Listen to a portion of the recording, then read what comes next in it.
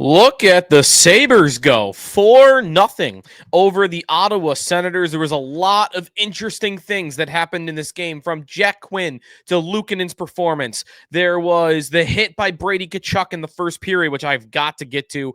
And there's a Dylan Cousins rumor from Elliot Friedman to touch on as well. All ahead on today's episode of the Locked On Sabres podcast.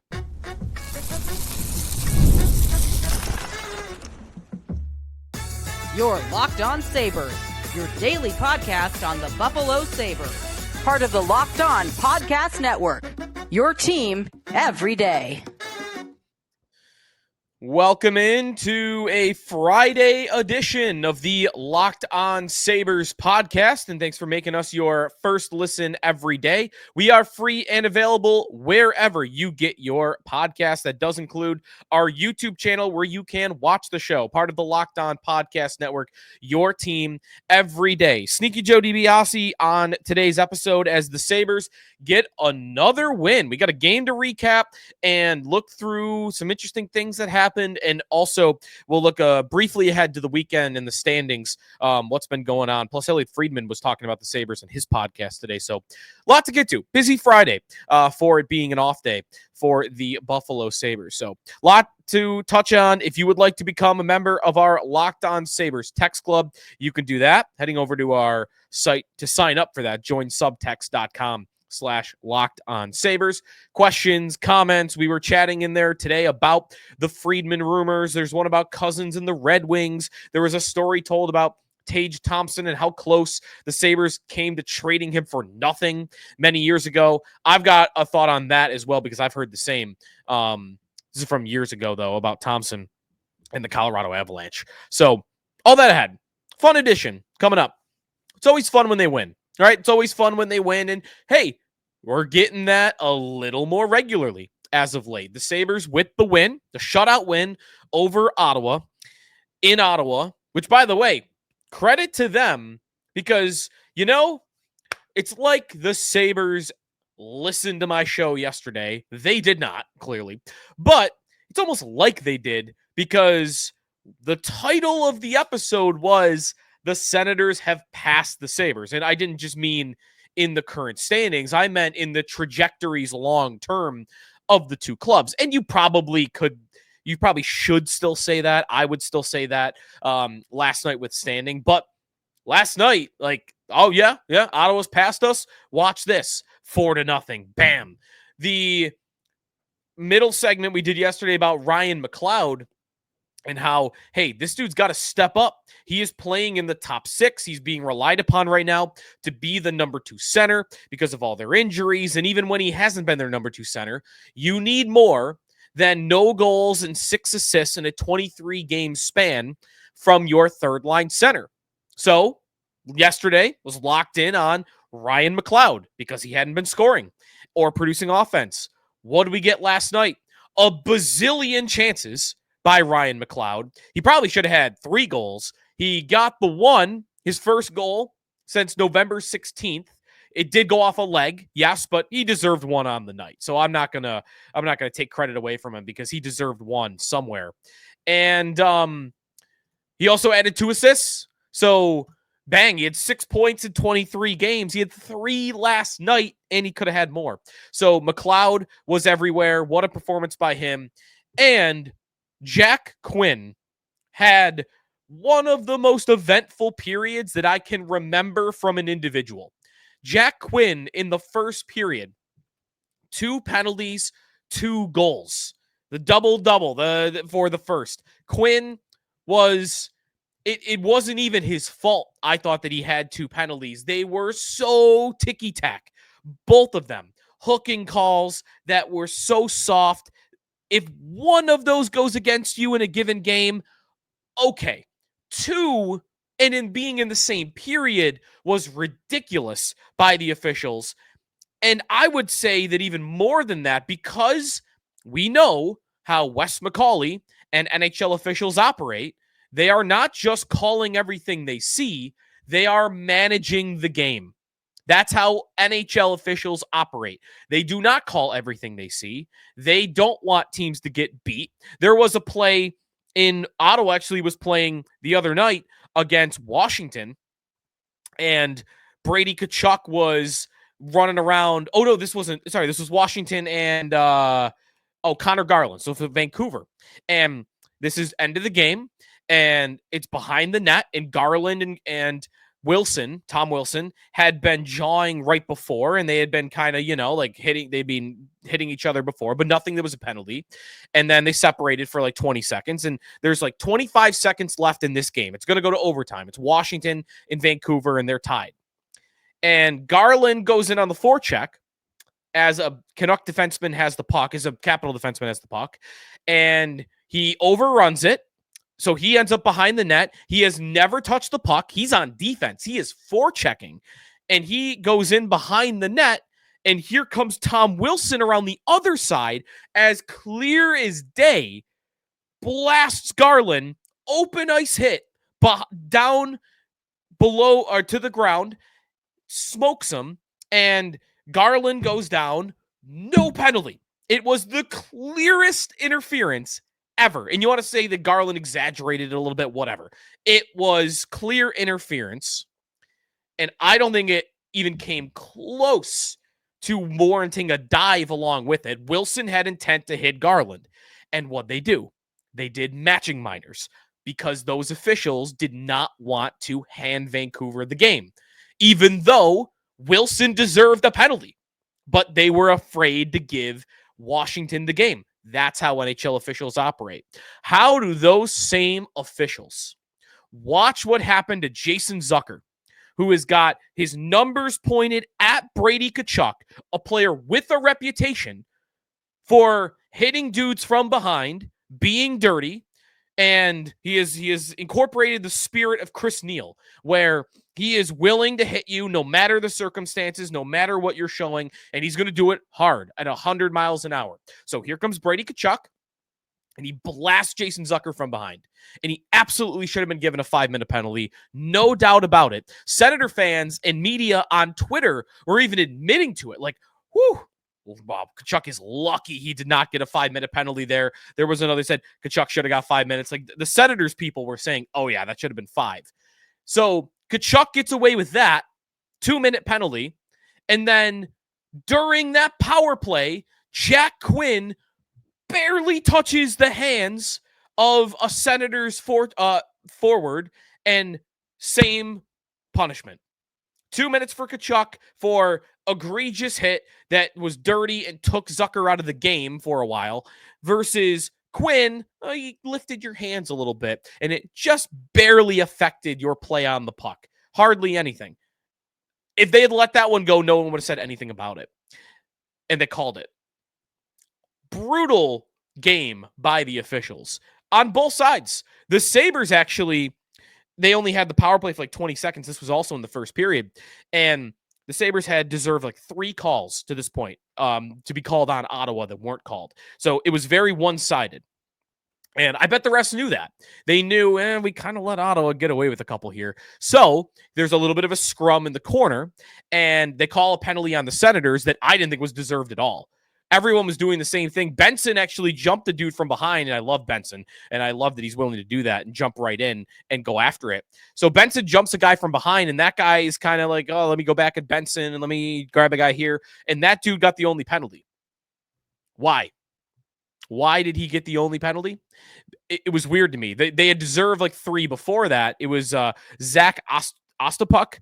I don't even know. Ostapchuk. I didn't hear his name pronounced last night in the broadcast. So he gets the penalty, and I'm like, that's a makeup call. That's a total makeup call.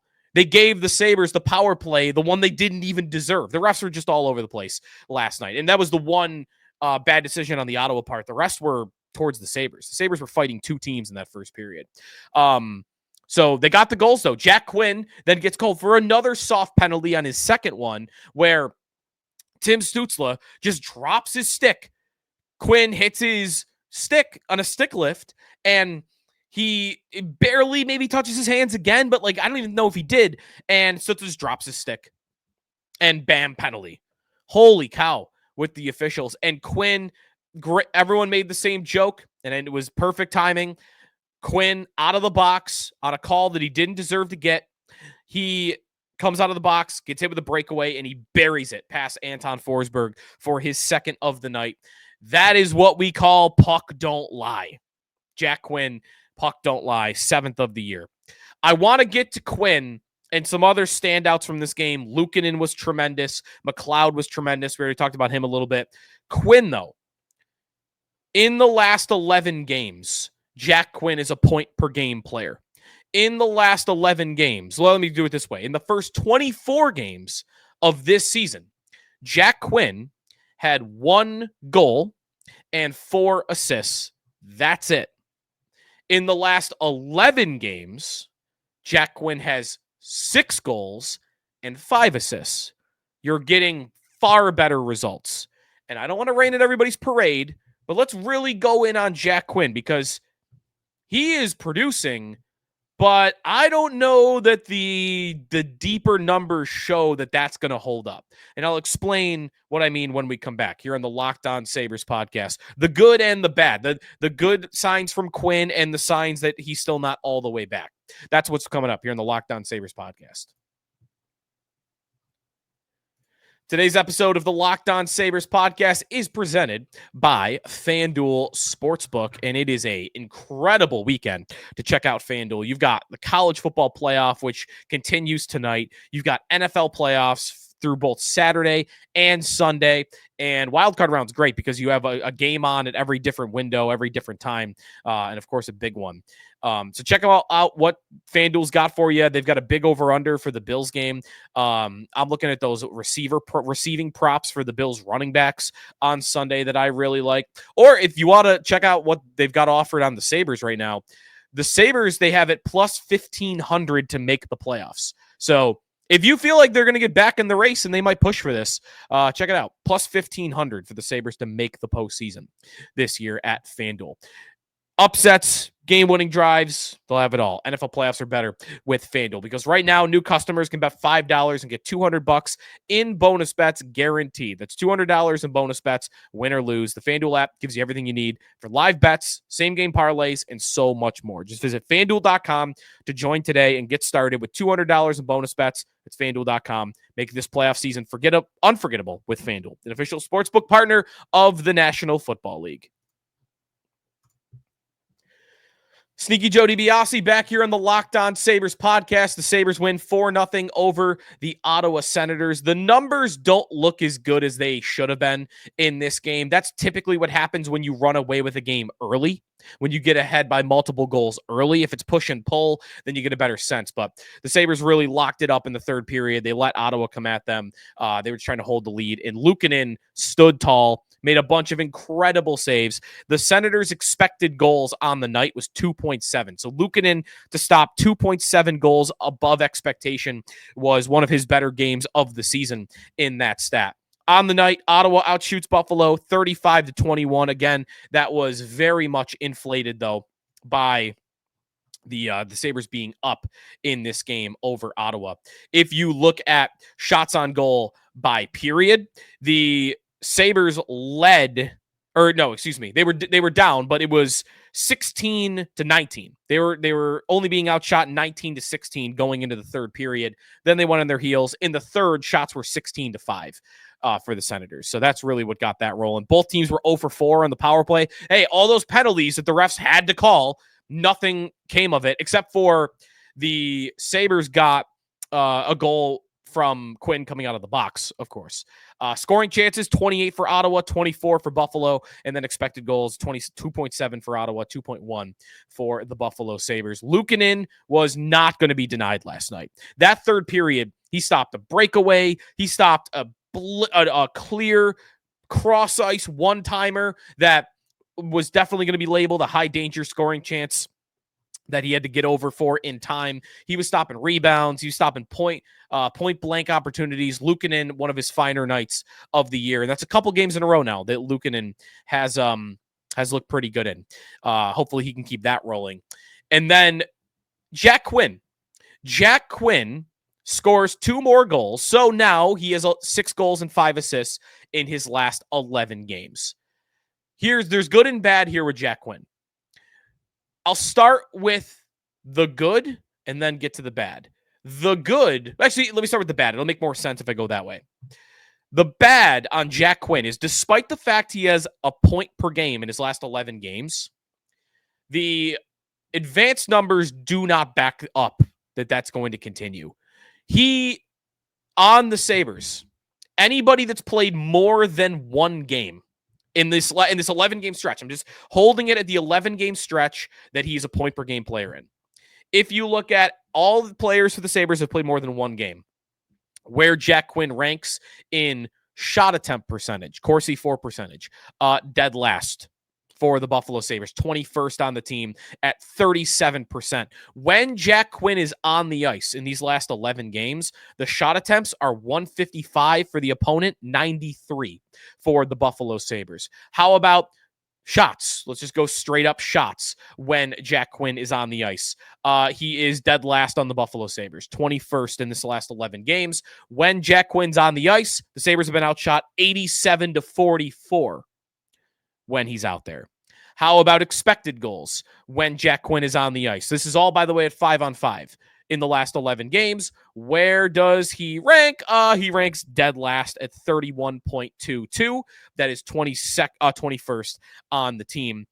Expected goals against, 8. Expected goals for, 3.6. And finally, scoring chances when Jack Quinn's on the ice in the last 11 games. He ranks second to last. Only Sam Lafferty is worse. 36.8% of the scoring chances, 77 for the opponent, 45 for the Buffalo Sabres. Here's the good news. It's not showing up in the results. You should trust in those numbers. Those matter. You cannot, if you're Jack Quinn, you can't be outshot like that. You can't give up that many scoring chances and get that few back in return. You can't play like that and get those results and expect to outscore your opponent. But in 11 games, he is outscoring the opponent. When Jack Quinn is on the ice, the Sabres are outscoring their opponent 8-6. So it's not currently getting them beat. And this is where I get to the good. Because I do think Quinn's got to get better. He is going to have to get better results in all of those. Here's the good. Part 1, it's not entirely his fault. Because he's been buried in the depth chart for a lot of those 11 games. He's been playing on the fourth line. And with Lafferty and Malenstein, and you're not even a grinder type guy anyway, like that's not an environment to get great results out of. So that's one defense of Quinn. That's one reason why. 2, he is opportunistic. And all I care about for him right now is him to do the thing that he wasn't doing at the beginning of the season. He did not beat a goalie until the 25th game of the season that he played. He's done it 6 times. I'm not throwing out those other numbers because we need to keep those in the back of our heads when thinking about if he's worthy of getting a contract extension after the year, what level of it, how well is he actually playing, how repeatable is he doing right now? Like all those numbers are valuable to me. But the thing I care about, number 1, is that he can bury chances when he gets an opportunity. And right now, he is doing that. He is scoring. His shot percentage is very good. He is scoring regularly when he's getting chances. And that happened last night, right? Like he gets a clear open wrist shot from the wing. He buries it past Anton Forsberg. He comes in on a breakaway, no dipsy doodle, no forehand, backhand, deking, walks in, rips a wrist shot, and he beats the goaltender. That's what Jack Quinn is supposed to do for you. He's supposed to bury chances. He's supposed to score goals. There's a good comparison that I saw people on Twitter making and sending my way in the text club last night of Jack Quinn right now is playing like Victor Olofsson is. And I think that's fair. Victor Olofsson was somebody that he could get run over at 5-on-5, but he'd score because his shot was so good that the few opportunities he'd bury. And that to me is kind of what's happening with Jack Quinn right now. And I will take that. I will absolutely take that. I am taking that as a sign of progress because he just couldn't score. at the beginning of the year. And that's the thing he was drafted to do. He did it pretty well in his rookie year. He started to show his value doing other things, but the goal scoring has always been the number one thing for Jack Quinn. And I'm not going to blast him while he's scoring goals. Get those numbers better, put them on a better line, and you hope that when they're out there, they're not going to be giving up twice as many scoring chances, twice as many shot attempts, twice as many shots. You can't have that happen on the long term, but Quinn's scoring is, to me, the story of the game. He's got 6 goals in 11 games, and I'm taking that as a sign of progress for Jack Quinn.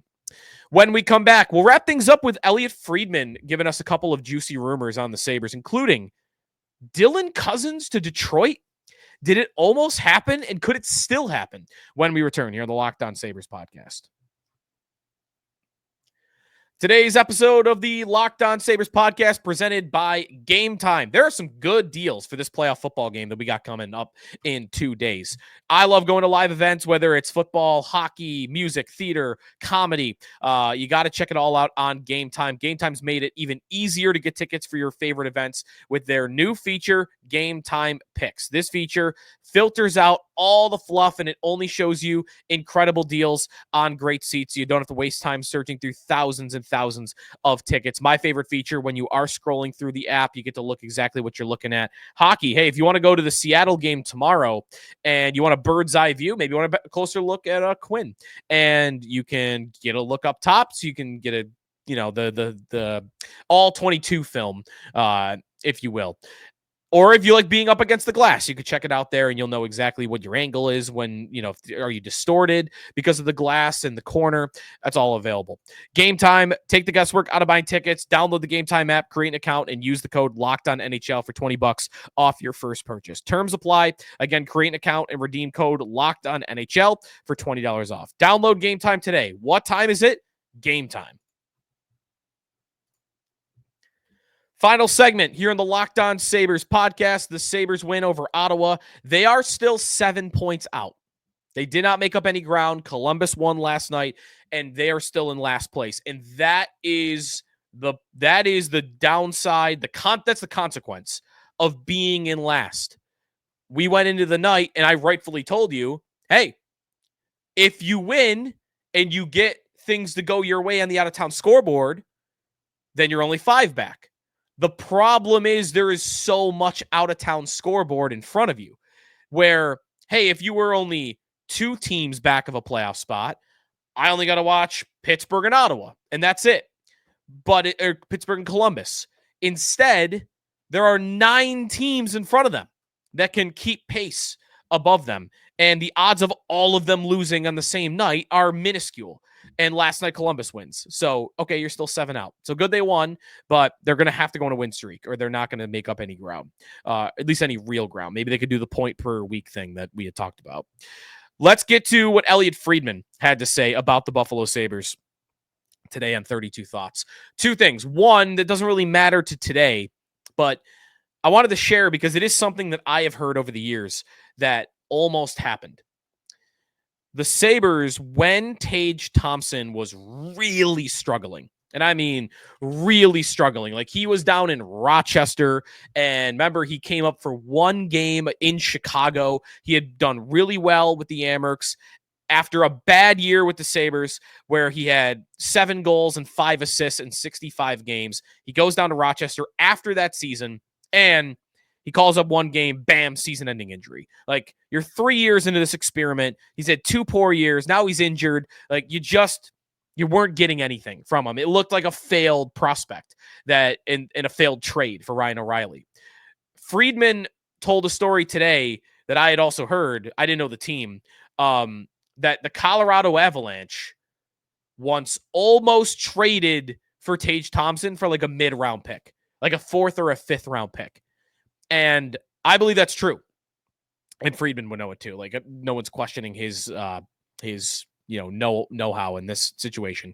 But that Colorado didn't go through with it, but that he was going to get dealt for a 4th or a 5th round pick. The timing is the one thing that I don't have narrowed down, whether it was Adams as the GM very early on, or it was still Botterill. I think it probably was Adams, given the timeline of everything. But yeah, Thompson almost got dealt once for like nothing. Now, it's not automatic, though, that he would have became a great player, right? Like, if Colorado had just traded for him and stuck him on a fourth line wing or put him down the AHL where he just was with the Sabres, then he maybe doesn't become anything. Maybe he's not even an NHL player today. Not every team would have stuck him in the top 6 like Don Granato did. And certainly other teams would not have put him at center like Don Granato did. So Granato deserves his credit for Thompson. I'm not sure Thompson ever becomes anything if Don Granato never became his head coach. The other rumor is about Dylan Cozens. And there had been this flirting between the Red Wings and the Sabres. They were scouting each other. There was this whispers of like, okay, maybe there's something cooking here, and we could never really figure out what it was. And Friedman said today that the Sabres almost, or he didn't say that. What's the exact wording? Let me get it for you. That Cozens almost got dealt to the Red Wings. I'm going to say it. Cozens to the Red Wings was very close to happening at some point this season, but doesn't know where that stands now. The tough part about Cozens to Detroit is find the trade that makes sense.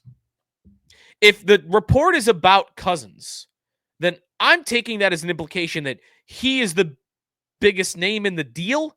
Like, if it was Cozens and a bunch of other stuff to get Lucas Raymond, then I think the story is told as Lucas Raymond almost got dealt.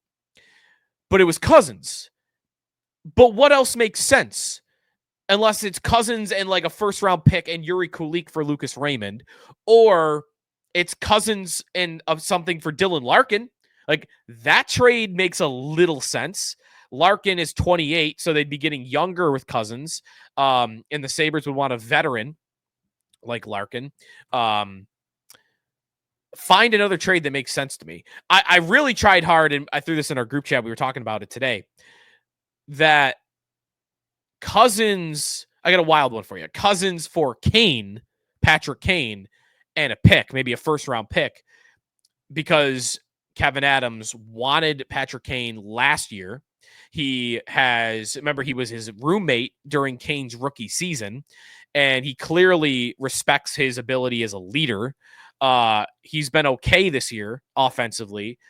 I threw the wild idea. What about Cozens for Kane in a first, and then Kane is able to convince Jonathan Toews, who might look for a return to the NHL, to sign up to come fix the culture here in Buffalo, and Toews and Kane at their advanced ages, I know, come and fix the culture. Again, pipe dream, never going to happen.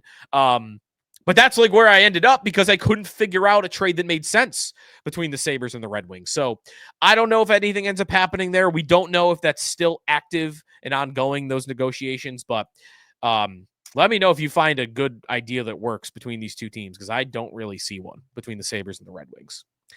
All right, it's going to do it for us today here in the Locked On Sabres podcast. Enjoy the Sabres and the Kraken, who they have struggled mightily against since they came into existence a couple of years ago. 4 o'clock puck drop on Saturday, and let's see if they can get within 5 points by the end of the weekend.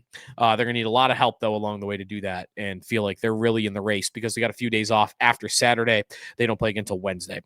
Thanks for listening today to the Locked On Sabres podcast. Go Bills. If you want to check out the preview from Locked On Bills with Joe Marino, it's available wherever you get your podcast. If you're looking for some tips to close out your fantasy win in fantasy hockey, Steal and Flip got you covered with Locked On Fantasy Hockey. We'll talk to you on Monday here in the Locked On Sabres podcast, part of the Locked On Podcast Network, your team every day.